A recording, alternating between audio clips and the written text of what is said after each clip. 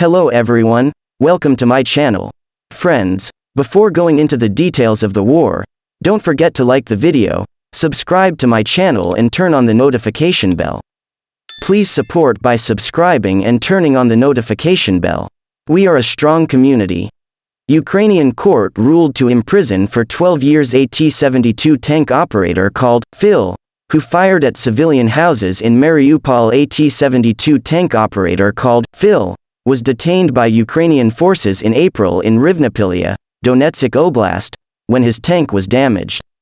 He fought in the Russian proxy DNR since 2014. The investigation established he voluntarily signed contracts with various DNR structures created in occupied by Russia part of Ukraine's Donetsk Oblast in 2014. As a T-72 tank gunner operator, he fired at least 20 shots at residential high-rise buildings in Mariupol. Charged with state treason and participation in the unlawful military organization, he was convicted to 12 years in jail, Ukraine's security service said. Ukrainian soldiers who helped liberate Kherson describe relief, joy and apprehension. Colonel Roman Kostenko strode down the dirt and gravel road of his home village in Ukraine's Kherson region carrying his country's flag in hand. An elderly neighbor greeted him with a bouquet of blue and yellow flowers, wrapped her arms around his shoulders and wept, according to a video Kostenko provided NPR. It was scary, the woman tells Kostenko, referring to the occupation of the village by Russian troops. We've been waiting for almost 9 months now. We've missed you so much, said a villager in a black watch cap addressing the colonel and the soldiers accompanying him, Kostenko's brother, Andriy, and their cousin, Denis. Glory to the heroes, said another. Kostenko then walked into the courtyard of the one-story house where he had grown up and where Russian troops had lived since March. He passed a vulgar sign they had left painted on a wall and then stepped inside. The windows were broken, Kostenko recalled in a text message with NPR. Almost all the furniture and things were stolen, including his body armor and medals. All that remained was a bed, some old wardrobes and a grenade the Russians had left behind.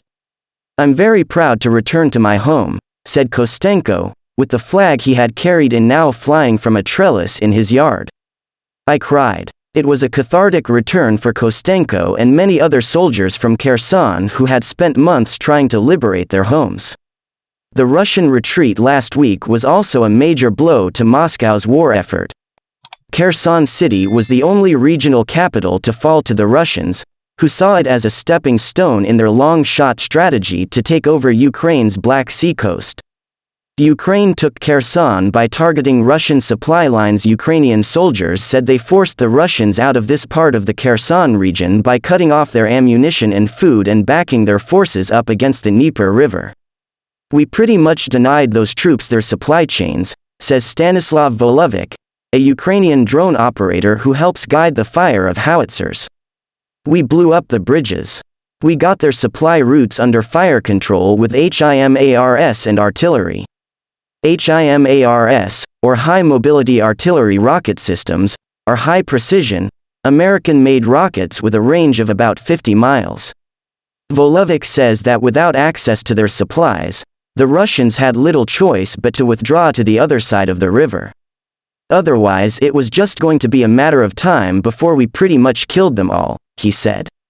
Various factors led to Ukraine's routing of the Russians in this part of Kherson, but soldiers say the HIMARS had a big impact because they provided a range and level of accuracy the Ukrainians had never had before.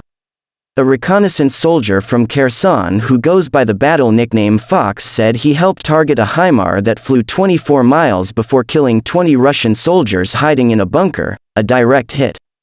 Euphoria and joy, but a tough, dangerous road ahead. Before the war, Fox worked as a seaman on a cargo ship out of the port of Kherson.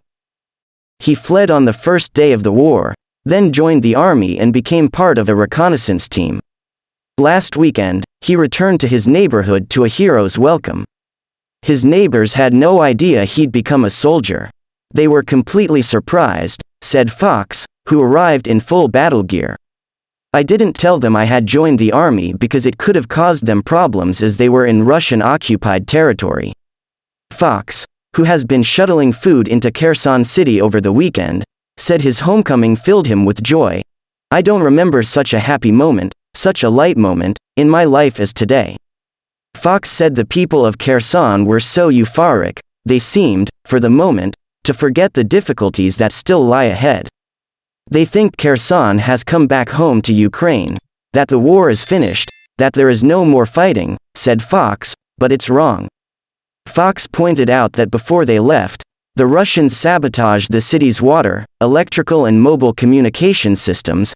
The latter is in the process of being restored, according to the local military administration. And although the Russians retreated across the Dnieper River to avoid annihilation, they could dig in and continue the fight within easy artillery range of the city. Ukrainian media. President Volodymyr Zelensky visits Kherson following its liberation from Russian occupation. Kherson, Ukraine. Ukrainian media. President Volodymyr Zelensky visits Kherson following its liberation from Russian occupation. Guerrilla warfare. Ukrainians on the occupied territory unite to drive the Russian invaders out. Video. Armed forces of Ukraine are not the only defenders of our country. A guerrilla movement of resistance to the Russian occupiers has been on the rise in the Kharkiv region during the occupation. Residents from Prudyanka, Derhachi region of the Kharkiv region, united against the aggressor. They carried out reconnaissance, collected information on the placement and advancement of the enemy's equipment and troops, evacuated the civilian population, which was terrorized by the Russian occupiers, and even stormed their checkpoint on the occupiers' own tank. How partisans repel the enemy, learn in our report.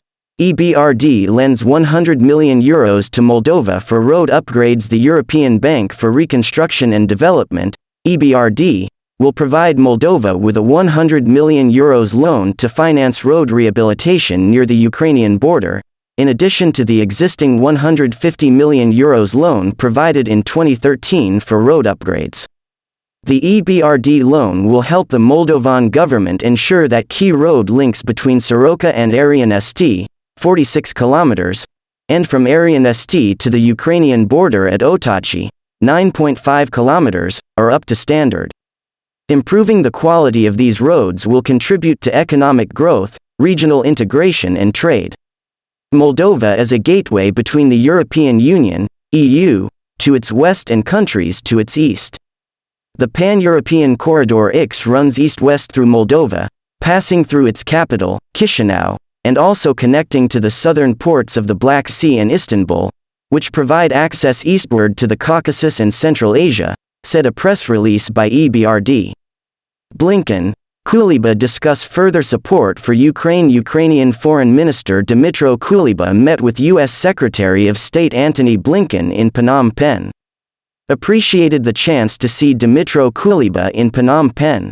We discussed the United States' unwavering support to Ukraine as well as the global implications of Moscow's continued brutality, Blinken said on Twitter. In turn, Kuleba said, I emphasized that when we see Kherson residents greeting their liberators with tears of joy, we also feel grateful to the U.S. and the American people for all the support. I thanked the U.S. for upcoming decisions to send us more of advanced military equipment. Ukrainian president visits liberated Kherson, thanks allies for support. Kherson, November 14. Ukrainian President Volodymyr Zelensky visited Kherson today, days after a Russian troop withdrawal from the southern Ukrainian city after months of occupation, a Reuters witness said. Thanks for watching. Don't forget to like the video and subscribe to my channel. See you in the next video.